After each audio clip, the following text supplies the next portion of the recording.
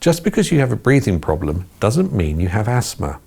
Your doctor may diagnose asthma and prescribe preventative medication and medication you can take to treat an asthma attack.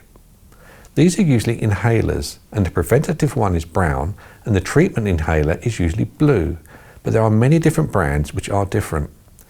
You can have asthma all of your life or develop it later in life. Asthma is triggered by different things and each patient will be different.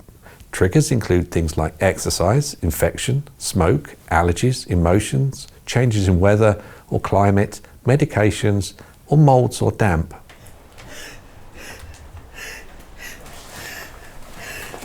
Are you okay?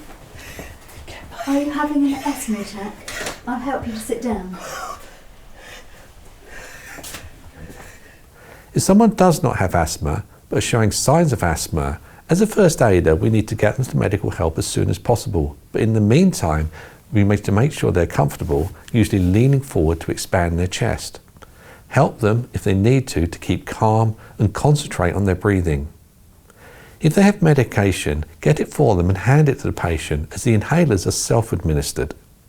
Remove the cap and the patient breathes in and pushes the button to release the aerosol gases into their lungs. They will hold their breath and then breathe out. As there are different medications and treatments, always ensure they take the medications correctly according to the doctor's recommendations. The asthma patient needs to carry their inhaler with them at all times just in case they have an attack. Check the medications in date and gently shake before use.